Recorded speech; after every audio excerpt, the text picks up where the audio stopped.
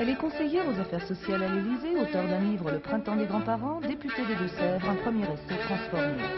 Il est conseiller à la Cour des comptes, enseignant à Sciences Po, auteur de La Gauche rouge, député de la Corrèze à sa troisième tentative. Ségolène Royal et François Hollande se sont connus sur les bancs de l'ENA. Ils se retrouvent ensemble à 34 ans sur ceux de l'Assemblée nationale. On est doublement élus, mais moi je reste élu de la Corrèze, elle des Deux-Sèvres. Il n'y a pas de confusion, elle n'est pas élue partiellement en Corrèze et moi partiellement dans les Deux-Sèvres. Chacun chez soi. Est-ce que c'est votre mari qui vous a incité à entrer en politique ou vous avez suivi des chemins parallèles? Non, on a suivi des chemins parallèles. Bon, on s'est connus pendant nos études, donc on avait déjà un peu le même goût pour la chose publique, si j'ose dire.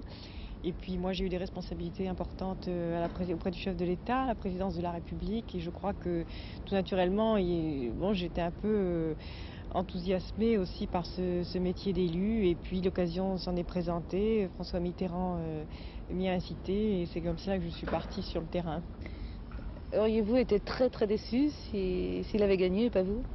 Non, je pense que de l'inverse, oui, ça aurait été beaucoup plus dur dans la mesure où lui travaille depuis de longues années en Corrèze.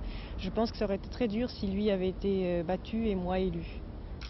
Outre la politique et les problèmes communs de leur circonscription rurale, il leur restera un sujet de conversation, leurs 3 enfants de 3 ans, 2 ans et 6 mois. Je crois que pour un député, que sa femme fasse ce même métier ou fasse un autre métier, c'est un problème que de préserver son équilibre familial. Il y a des manifestations, on est à la disposition des électeurs, c'est le jeu. Je crois qu'on ne peut pas se permettre de vouloir se préserver trop alors qu'on a fait le choix d'être au service du plus grand nombre. Donc il faut préserver notre vie de famille, c'est vrai, mais nous sommes à la disposition de nos électeurs. Il faut essayer de trouver l'équilibre. Et c'est peut-être plus facile lorsque le conjoint fait le même métier que de trouver cet équilibre. Tout de même, les week-ends en famille pour le couple de députés.